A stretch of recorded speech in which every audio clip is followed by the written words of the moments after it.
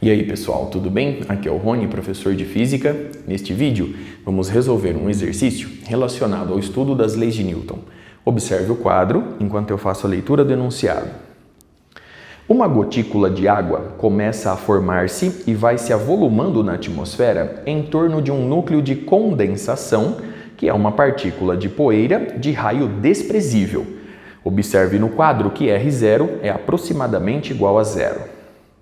A gota cai através da atmosfera, que supomos saturada de vapor de água, e vai aumentando de volume continuamente pela condensação, que faz crescer a massa proporcionalmente à superfície da gota.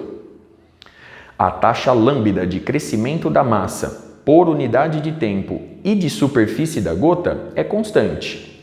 Item A. Mostre que o raio Rzinho da gota cresce linearmente com o tempo.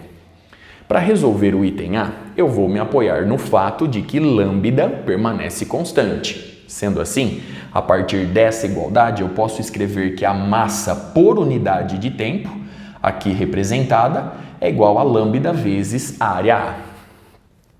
Sabendo agora que a massa da gotinha de água é igual à sua massa específica ρ vezes o volume correspondente, eu posso escrever, portanto, que a taxa de variação da massa da gotinha com o tempo é igual à massa específica ρ, uma constante, e portanto sai da derivação, vezes a derivada do volume V em relação ao tempo t. Muito bem? Sendo assim, a taxa de variação da massa com o tempo t é igual a ρ, que multiplica a derivada em relação ao tempo do volume da gotinha esférica.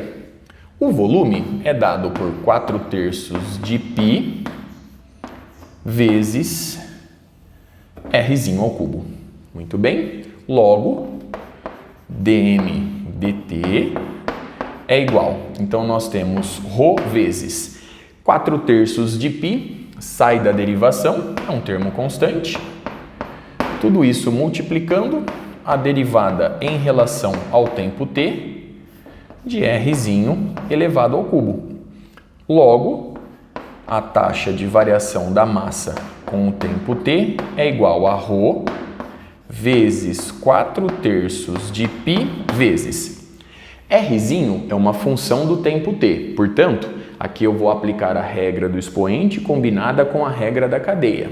Logo, nós temos 3 vezes Rzinho elevado ao quadrado vezes a derivada do raio Rzinho em relação ao tempo.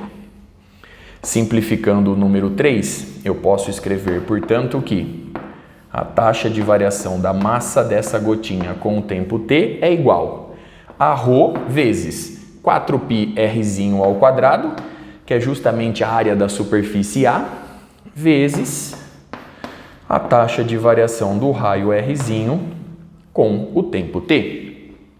Sabendo que dm dt é igual a lambda vezes a área A, e simplificando a área A nessa igualdade, vemos que ρ vezes a taxa de variação do raio Rzinho com o tempo t é igual a lambda.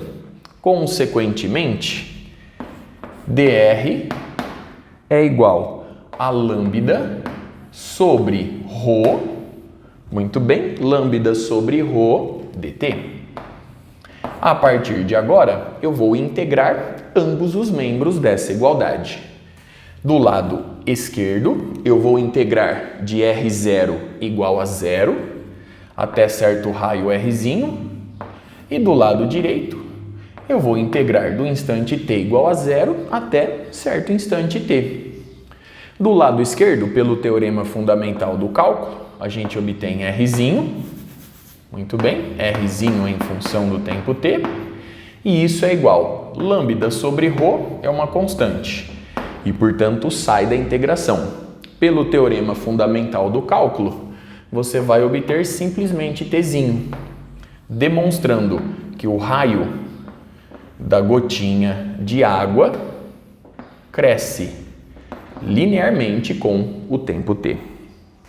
Observe no quadro o resultado obtido e o cálculo realizado até aqui. Vamos agora para o item B. O item B diz o seguinte: mostre que a aceleração da gota, decorrido um tempo tzinho desde o instante em que ela começou a se formar, é dada por... Então vamos lá. Nós temos que mostrar que a aceleração dv dt é igual a menos g menos o módulo da aceleração da gravidade local menos 3 vezes a velocidade da gotinha em certo instante t sobre t. Muito bem? Onde v é a velocidade da gota no instante t, desprezando o efeito da resistência do ar. Observe atentamente essa informação. Muito bem? Bom, para resolver o item B, eu vou começar recorrendo à segunda lei de Newton. Observe o quadro. Desprezando a ação da força de resistência do ar, a única força que age na partícula é a força-peso. Consequentemente, de acordo com o referencial adotado, eu posso escrever que a força resultante é dada pela taxa de variação com o tempo do momento linear da gotinha. Muito bem? A força resultante é justamente a força-peso.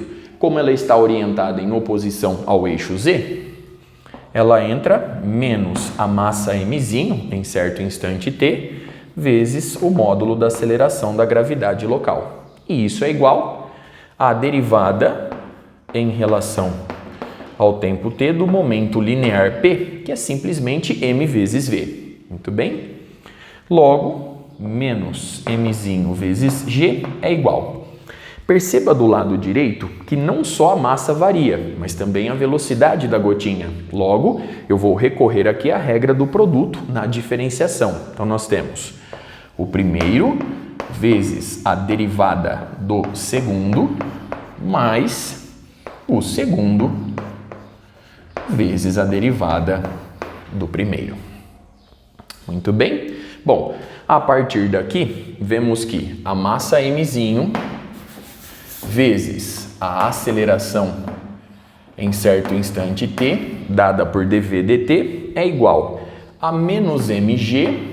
Então, nós temos menos mzinho vezes g menos v vezes a taxa de variação com o tempo da massa da gotinha.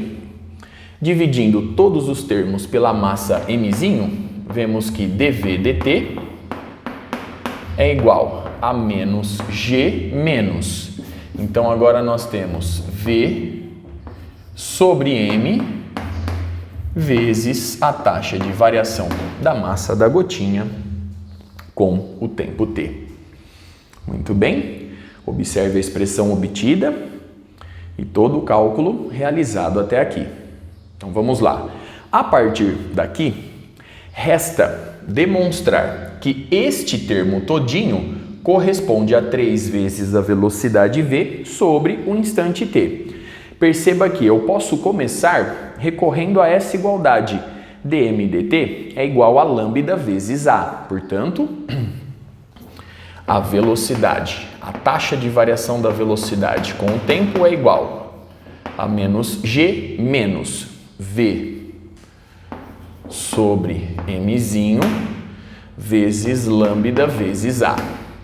Agora eu vou substituir a massa da gotinha por ρ vezes o volume V. Logo, dV dt fica dado por menos G menos a velocidade V sobre a massa mzinho, ρ vezes o volume V. Portanto, eu vou escrever ρ vezes o volume V, que é 4/3 de π rzinho ao cubo. Muito bem? Tudo isso multiplicando lambda vezes a área A, que é 4π rzinho ao quadrado. Sendo assim, dV dt fica dado por... Então, eu vou simplificar aqui. 4π com 4π eu vou simplificar rzinho ao quadrado com rzinho ao cubo, portanto, resta apenas aqui rzinho. Muito bem, e com isso a expressão fica dv dt igual a menos g menos a velocidade v vezes lambda. Muito bem, no denominador nós temos ρ vezes rzinho sobre 3, portanto, o número 3 aparece no numerador e embaixo eu vou ficar apenas com ρ vezes rzinho. Muito bem? Bom, sabendo agora que rzinho é igual a lambda sobre ρ vezes o tempo t, vemos que dv dt é igual a menos g menos. Então, organizando melhor essa expressão. Então, menos 3 que multiplica v vezes lambda, menos 3 vezes v vezes lambda sobre ρ. Muito bem. E aqui nós temos 1 sobre rzinho.